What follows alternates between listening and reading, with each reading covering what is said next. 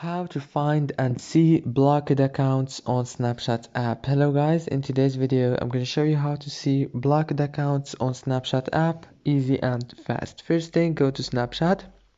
Now this is the home page, as you can see right here. Go to the top corner and click on your avatar like this. Now after you click on your avatar, it will take you to your profile page. Now go to the top corner and click on the settings option. After you click on settings, all what you have to do now is just scroll down until you find the blocked option, and here is it right here. Now after you find blocked, click on it like this, and right here you will find your blocked Snapchatters easily and fast. Please, if this video was helpful, don't forget to like and subscribe. Thank you so much for watching this video until the end.